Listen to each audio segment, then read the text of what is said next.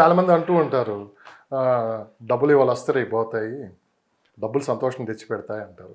మీరు చెప్పండి, డబ్బులు లేనప్పుడు డబ్బులు ఉన్నప్పుడు? పిచ్చి కబుర్లు చెప్పేది వేరు, దాన్ని ప్రూవ్ చేసుకొని చేతిలో డబ్బులు ఉన్నప్పుడు చెప్పే మాటలు వేరు. లక్కీ భాస్కర్లో ఒక డైలాగ్ ఉంటుంది, చెప్పాను, డబ్బు మన ఒంటి మీద ఉంటే రెస్పెక్ట్ ఆటోమేటిక్గా అదే వస్తున్నట్టు. మీరు చెప్పండి, మీరు చేసింది. అది 100% అండి, 100%. డబ్బే జీవితం అని నేను చెప్పను, కానీ ఏం చేయాలన్నా డబ్బులు కావాలి, డబ్బులు షో చేయాలి, లేకపోతే ఏం చేయలేము. ఎవరు రెస్పెక్ట్ ఇవ్వరు, ఎవరికి అసలు మనం మనుషులాగా కూడా కనిపించమండి. నేను అది లిటరల్లీ నేను నా లైఫ్లో చూశాను. ఎందుకంటే ఎలాంటి టైమ్స్ అంటే, రేపటికి పిల్లలకి తినడానికి ఏం లేకపోతే ఒక భయము, ఒక బాధ, ఏంటి అసలు ఎలా అనే అటువంటి సిచ్యువేషన్స్ నేను బ్యాలెన్స్ చేశాను. అప్పటికి ఈ రోజుకి అప్పుడు ఎవరైతే దగ్గర లేరు, దూరం జరిగిపోయారు, ఎవరికి ఈమెను టచ్ చేసి ఈమెతో మాట్లాడితే మనము ఫైనాన్షియల్గా హెల్ప్ చేయాల్సి వస్తుంది, లేకపోతే కెరియర్ పరంగా హెల్ప్ చేయాల్సి వస్తుంది. మనం వీళ్ళకి ఎంత దూరంగా ఉంటే మనమంతా సేఫ్ అనుకుని వెళ్ళిపోయిన వాళ్ళని చూశానండి నేను. అదే టైంలో నన్ను ప్రొటెక్ట్ చేసిన వాళ్ళని కూడా చూశాను. లేవు అని చెప్తావు, ఎట్లా చెప్తే చెప్పకూడదు, బయటకు చెప్పకూడదు, ఇంట్లో ఫేస్ చేస్తున్నాం. మా రిలేషన్స్లో బయటకు చెప్పొద్దు, నువ్వు అసలు లేవనే వర్డ్ తీసుకురావద్దు. అరే ఇంట్లోకి వెళ్తేనేమో పిల్లలకి అన్నం ఎట్లా పెట్టాలని ఆలోచిస్తున్నాము, లేవని చెప్పొద్దు అంటారు. కనీసం ఒక అవకాశం చూపియండి అని కూడా అడిగితే కూడా నన్ను కూర్చోబెట్టి కోపడ్డారు. అరే అట్లాంటి సిచ్యువేషన్లు ఉన్నాయండి. డబ్బే అన్నిటికీ అన్నీ అండి. రూపాయి జీవితం కాదు, కానీ రూపాయి లేకపోతే ఏం జరగదు, ఏం కాదు. ఏం తినాలన్నా, ఏం కొనాలన్నా, ఎక్కడికి వెళ్ళాలన్నా రూపాయే ఇంపార్టెంట్. చెప్పే మాటలు 100% మాట్లాడుకుంటే అంతే కదా, వీడు చేయడం ఒకటి చేయనీయడు, సూక్తులు చెప్తా ఉంటారు. 80-20 ఫార్ములా అంటారు కదండి. 80% ఆఫ్ పీపుల్ దీంట్లోనే బతికేస్తుంటారు. ఎందుకంటే వాళ్లకు దీన్ని ఎట్లా ఓవర్కమ్ చేయాలో తెలియదు, నేర్చుకోవడానికి రెడీగా ఉండరు. ఈ 20% పీపుల్ అసలు వీళ్ళతో సంబంధమే ఉండదు, వాళ్ళు చేయాలనుకుని చేసుకుంటూ వెళ్ళిపోతుంటారు, వాళ్ళు ఫైనాన్షియల్ వెళ్ళవుతారు. అలానే ప్రాపర్టీ కొనే ముందు 50% పాజిటివ్గా వాళ్ళు లాగితే ఇంకో 50% వెనక్కి లాగుతూ ఉంటారు, భయపెడుతూ ఉంటారు. ఇది ఒక కన్ఫ్యూజన్లో రాంగ్ డెసిషన్ తీసుకుంటారు. చివరికి ఆ 50% నుండి ఈ 50% నుండి మునిగిపోయేది మనమే. అవును, ఓకేనా. ఒక ప్రాపర్టీ కొనే ముందు కూడా ఏంటంటే మేడం, ఈ ఏజెంటు కంపెనీ ఇవన్నీ పక్కన పెట్టండి, అవన్నీ ఓకే సెలెక్టెడ్గా వస్తుంది. మనం డిమోటివేట్ చేసే వాళ్ళు ఎక్కువ మంది ఉంటారు. నువ్వు అక్కడ కొంటే ఇబ్బంది పడతావేమో, అనవసరంగా వీళ్ళు కొనరు, కొనే వాళ్ళని కొనేరు. సరే మంచిగా చెప్పాడు అంటే ఓకే, అది మంచి ఏదో చెడు ఏదో తర్వాత విషయం. అలాంటి టైంలో మనం ఎంత స్ట్రాంగ్ ఉండాలి? కస్టమర్ అనే వ్యక్తి అంటే మీరు చూసిన వాళ్ళలో చాలామంది మీరు ఫేస్ చేస్తుంటారు, చాలామంది ఎక్స్పీరియన్స్ చెప్పుకుంటారు. ఉంటారు. ఓ ప్రాపర్టీ కూడా మేడం మీరు చెప్పిన కొన్నది బాగున్నది అంటారు, మీరు చెప్పి నేను మోసపోయిన వాళ్ళు చెప్పేవాళ్ళు కొంతమంది ఉంటారు. ఇవన్నీ గమనించినప్పుడు మీకు ఏమనిపించింది? మనం అండి ఏ పర్సన్ అయినా అండి వాళ్ళకంటూ కొంత ఎక్స్పీరియన్స్ ఉంటుంది. వాళ్ళకంటూ ఇవాళ మా అమ్మ వాళ్ళది వరంగల్ లోపలికండి, ట్రైబల్ ఏరియాస్ అంటారు. అక్కడ కూడా మా పెళ్ళిళ్ళప్పుడు 25 ఏళ్ల క్రితము 30,000కి ఎకరం ఉండే, ఇవాళ అక్కడ 10 లక్షల రూపాయలు నడుస్తుంది. ఇప్పటికి కూడా నోటరీ ల్యాండ్సే. అంటే యాజ్ యూజువల్గా ఏ పర్సన్ అయినా సరే అండి, భూమి మీద ఇన్వెస్ట్ చేసిన వాళ్ళు ఎప్పుడూ లాస్ అయింది లేదు. ఇది మినిమము. హైదరాబాద్లో తీసుకుంటే మనం ఇందాక అనుకున్నదే, మారుమూల విలేజ్లో కూడా పెట్టండి, పెరుగుతుంది. దాని సేఫ్టీ, సెక్యూరిటీ, హైక్ అనేది ఇంపార్టెంట్. నేను ఎందుకు ప్లాట్లు ఫస్ట్ కొనుక్కోండి అని చెప్తానంటే, ఫామ్ హౌస్లు వీటికన్నా ప్లాట్లు ఎందుకు కొనుక్కోమంటే అప్రూవల్ లేఅవుట్స్ రెడీ టు రేపటి రోజున కన్స్ట్రక్షన్ చేసుకోవచ్చు. రేట్లు ఎక్కువ పెరగడానికి అవకాశం ఉంది. రేపు అవి కమర్షియల్లోకి వెళ్తే లక్షలు పలుకుతుంది ఫర్ స్క్వేర్ యార్డ్ గజము. కాబట్టి ఇక్కడ ఇన్వెస్ట్ చేసినాక మీ కంఫర్ట్ కోసము ఫామ్ హౌస్లకి వెళ్ళండి అని చెప్తాను నేను.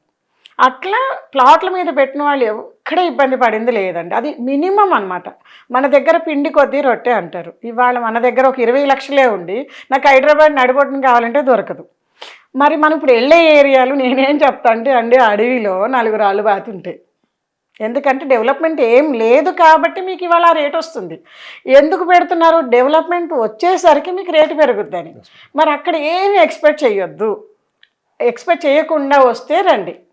సిటీలో ఇక్కడ చూసి ఇక్కడలాగా అక్కడ ఉంటుందని మీరు అసలు ఆలోచించొద్దని నేను ఓపెన్గా చెప్తాను. ప్రతి ఒక్కరికి కూడా నేను కస్టమర్లకు ఇచ్చే సలహా అదే అండి. మినిమం మనకు ఒక ఐడియా ఉంటుంది కాబట్టి దాని ప్రకారం మీరు రండి, ఫ్యామిలీతో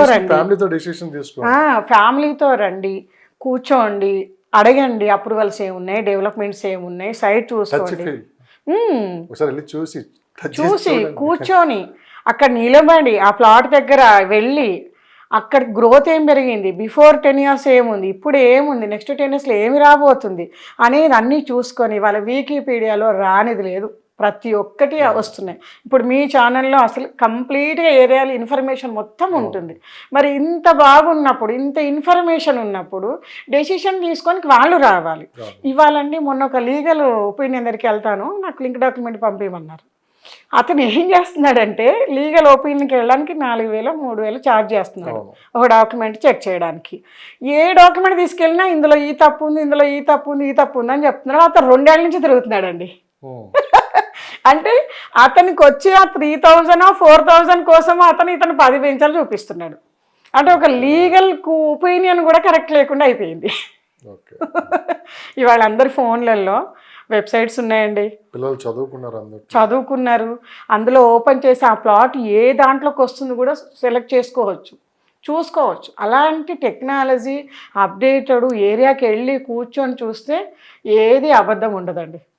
అబద్ధం ఉంటే తెలిసిపోతుంది. నువ్వు ఎందుకు ఏ పర్సన్ తోటి అయినా కరెక్ట్గా కొంత గొప్ప ఇన్ఫర్మేషన్ వాళ్ళు కూర్చుంటే చెప్పేసి మనిషి రాంగ్ మాట్లాడుతున్నాడా రైట్ మాట్లాడుతున్నాడు అంత. అందరికీ ఆల్మోస్ట్ అసోసియేట్లకు ఏజెంట్లకు కొంచెం ఎక్కువ అవగాహన ఉండొచ్చు, కానీ ఇవాళ ప్రతి ఒక్క పర్సన్కి గ్రోత్ ఏంటి, ఏరియా ఏంటి, ఎంతో కొంత ఛానల్స్ వల్ల అప్డేట్ అయ్యారు. సో మేడం, ఇప్పుడు మీరు చెప్పినట్లు అంటే మీరు ఎక్కువ ప్లాట్స్ కొనమని చెప్తూ ఉంటారు, కానీ మార్కెట్లో డిమాండ్ ఏ విధంగా ఉంది? అంటే ఓపెన్ ప్లాట్స్కి ఉందా, విల్లాస్కి ఉందా, లేదంటే హైరేజ్ బిల్డింగ్స్కి ఉందా, ఫామ్ ల్యాండ్స్కి ఉందా? ఇప్పుడు ప్రజెంట్ ట్రెండ్ ఏం నడుస్తుంది అంటే మీరు ఏం చెప్తారు?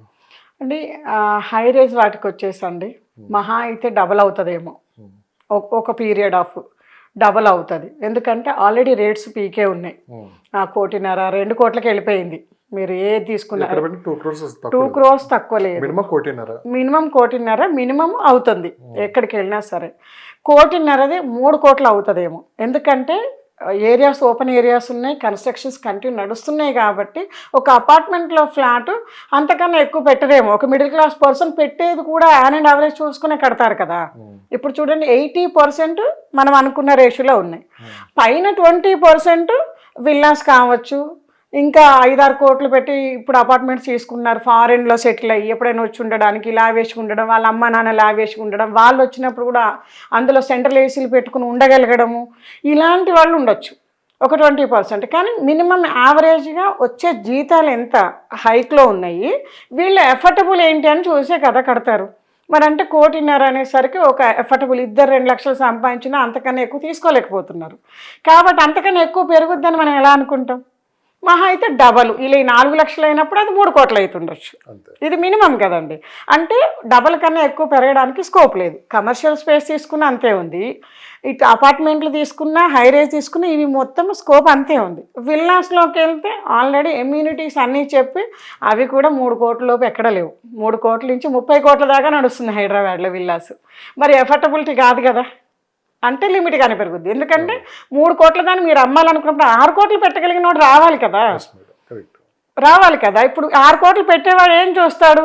అప్పుడు అప్డేటెడ్ ఏముంది ఏరియా, అప్పుడు టెక్నికల్గానో లేకపోతే మనకు ఇంటీరియర్ పరంగానో అప్డేటెడ్ ఏముందని ఏరియాకి వెళ్తాడు కదా. ఇదెందుకు కొంటాడు పాతదాన్ని? కొనడు కదా, సేఫ్ గేమ్. కాబట్టి డబల్ అవ్వడానికే ఆస్కారం ఉంది. అదే ఓపెన్ ప్లాటింగ్ సెక్టార్లోకి వెళ్తే అండి ఇవాళ అట్లీస్ట్ 12,000 నుంచి నడుస్తుందండి మార్కెట్. 12,000 అంటే యావరేజ్ ఏరియాలు తీసుకుంటే 1,00,000 పలుకుతుంది. హైదరాబాద్లో కాలనీ గేటెడ్ కమ్యూనిటీ అంటే 1,00,000 పలుకుతుంది. ఇది 1,00,000కే వెళ్ళింది అనుకోండి, ఎన్ని టైమ్స్ పెరిగినట్టు అండి? ఆల్మోస్ట్ 7-8 టైమ్స్ పెరిగినట్టే కదా. ఇన్వెస్ట్మెంట్స్ అంటే మనం దీని మీద బేస్ చేసుకుని పెట్టాలి. కాబట్టి 10% పెరగడానికి స్కోప్ ఉంది. కాబట్టి నేను ఓపెన్ ప్లాట్స్ అప్రూవల్, రేపటి రోజున ఏ ఇబ్బందులు ఉండవు, కన్స్ట్రక్షన్ చేయించుకోవచ్చు, అపార్ట్మెంట్స్ కట్టుకోవచ్చు, కమర్షియల్ ప్లేసెస్ కింద కన్వర్ట్ చేసుకోవచ్చు, అట్లా అవకాశం ఉంది. కాబట్టి ఓపెన్గా రెడీ టు అప్రూవల్స్ ఉన్న వాటిని తీసుకోవడం బెస్ట్ అంటాను నేను. స్మార్ట్ ఇన్వెస్ట్మెంట్ నా ఎక్స్పీరియన్స్ అండి. నేను 15 ఏళ్ళ నుంచి రియల్ ఎస్టేట్లో ఫీల్డ్లో ఉండి లైవ్లో, ఎందుకంటే నేను ఎట్లా ఆలోచిస్తాను, నా దగ్గర డబ్బులు ఉంటే నేను ఎట్లా ఆలోచిస్తానో ఇవాళ అదే రకంగా నేను ఇవాళ మాట్లాడాను.